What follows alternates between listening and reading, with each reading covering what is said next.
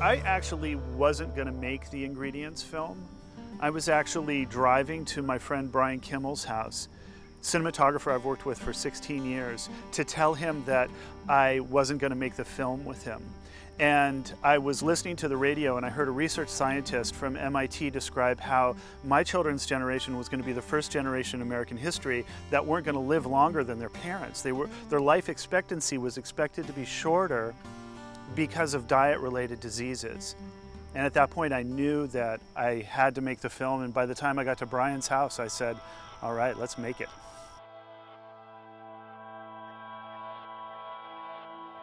In the past, Hawaii's always celebrated its food traditions, but the aloha aina aspect of it was never incorporated. It was our identity, spam musubi, saimin, bento, but I think we've seen it in the last 7 years, how our food scene has just blossomed. And you are seeing movements in pockets throughout the country. Portland, Hawaii, Colorado, you're seeing things happen. But for the average person on the street, I think this really is not there yet. You know, a local food system promotes many things. It promotes an improved physical health. It promotes protection of the environment. But it also promotes community relations. When people gather around food, when they're discussing food, when they're working with food, they are bound together in a way that is unique. And food in Hawaii is such a unique expression of love and aloha that it was an easy thing to film. By one government estimate, 92% of the food now consumed in Hawaii comes from offshore, which seems odd since we have some of the most productive farmlands in the world. The demise of agriculture here has been accompanied by the notion that farming is solely the work of first-generation immigrants, and that the best and highest use of land is development. Our struggle for progress is at odds with our local culture. Land use, water rights, and labor issues dominate policy discussions. However, there is another conversation taking place every day among individuals who are taking back their food traditions in the face of enormous change. So I began going around the state and I was talking to people and I was looking at different food production systems, and I came to this place where we are today, to Mahuahuai-Ohoi. And I didn't announce myself. I didn't say, hey, I'm making a documentary film. I just showed up on a community work day and I got out in the lo'i and I was pulling weeds and I was planting kalo, and at a certain moment I took a step and I went into the mud about halfway up my thigh, and my first thought was, I'm gonna need help getting out of here. And the second thought was, okay, Bob, this is what the movie's all about. This project is basically available to everybody. We obviously want to help to perpetuate Hawaiian culture, and we want to welcome everyone to this site. We have second Saturday, we have our community work days, and we're setting up taro patches that kids can still go through and learn about. And we want to just bring back the life of this community too, yeah? So the hope is to strengthen the community, and what better way than when you're working side by side with someone. The more people that come out and get a part of restoring and repairing, they'll have that sense of community. I wanted to do this film because I discovered that just working with my own kids, when they grew food, when they cooked with me, that their love of fresh food, of whole ingredients, was intensified. And I knew that by doing that with my kids, I was getting them started on a life of better eating.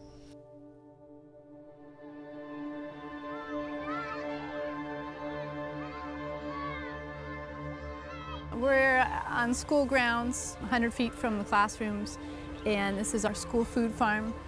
I call it a farm because we're really growing food to eat.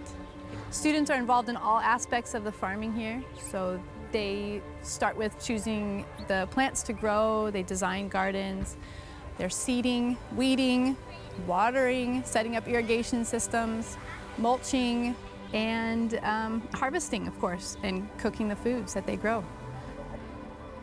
I think it's exciting because it's one way that they not only feel connected to what they're doing by growing foods, but I think on their own, without someone telling them, they get that fresh foods taste better. So we started a few years ago to grow heirloom tomatoes using organic practices. Thought that was healthy for the kids. And we chose, I think we started with 15 varieties of heirlooms, so anywhere from green zebras to Japanese black, Cherokee purple. Pretty much our only rule with the tomatoes and choosing them was no red tomatoes. And then we asked the students, what will work best? What tastes the best? What's most marketable? And then we limited it down to those 5 or so varieties, and those were the varieties that we grew over and over. And that same story gets repeated every single year. A new set of kids come in and we do the same thing. They say, I'm not gonna eat eggplant. What's kale? They don't even know what kale is. Within 2 months, they're begging me to make kale smoothies or let them make kale smoothies.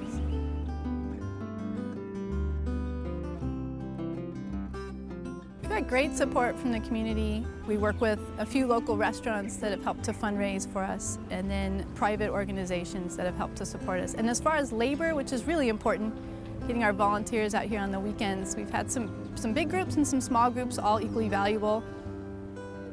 So at the individual level, Dave at Town Restaurant, once he learned about what we were doing here at Waikiki School, he wanted to be involved. I like when he looks through the garden and shares with me about what types of foods would work well for him or what he's looking for. And then I'm able to tell him, well, we do really well with eggplant. It's easy to go, okay, we can use eggplant. Ingredients Hawaii is the film that it is because if you live in Hawaii, the food that you eat kind of defines who you are. And I like to think that in Hawaii, we take from all the different cultures and we eat this really, fantastic panoply of food. But the truth is a lot of people in Hawaii eat food that isn't all that healthy for them, and yet they identify it as their own. What the film aspires to do is to say, well, okay, it's okay to eat that, but why don't you add to it? Why don't you add to it some of these other really fantastic things that are grown here, that have been grown here for centuries? I will say that with the garden, I feel very comfortable now just sort of taking what we have from the garden and putting something together, which I love. I know where these vegetables came from. I know they weren't sprayed. The idea that you know exactly where your food's coming from because you grew it. Hydroponically grown lettuce that gets imported from Canada is not going to be the same nutrient density as organically grown lettuce on the rooftop of this restaurant. There's a huge difference there. And so what we're trying to do is educate people as well as have them enjoy the actual experience of eating the food. Okay, so I have this fantasy that people from abroad can come to Hawaii, they can meet local people, they can work on a community work day like here at Mahuahua'i, and they can then eat the food afterwards and have this very rich experience that you could only have in Hawaii.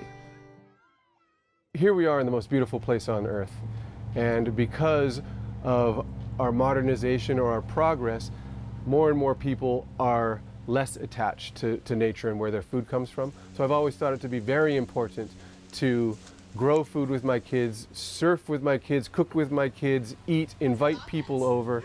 All these things kind of ground an individual, our family, my children. Ingredients Hawaii isn't something that's telling you what not to do, but it's saying, hey, we can do this and we can improve our health, we can improve our environment, and we can improve our community, our culture. We can preserve our food culture in Hawaii.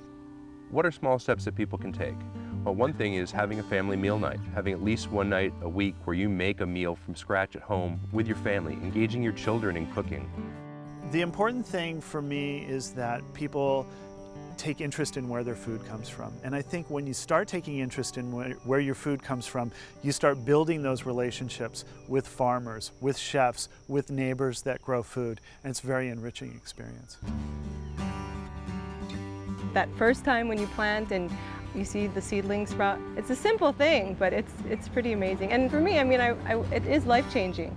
It's a shift in the way I look at food and eating and feeding my family. Later on, I want to go into environmental science because I just want to do things to help protect the land, to make it farmable. Keep it tight. Keep it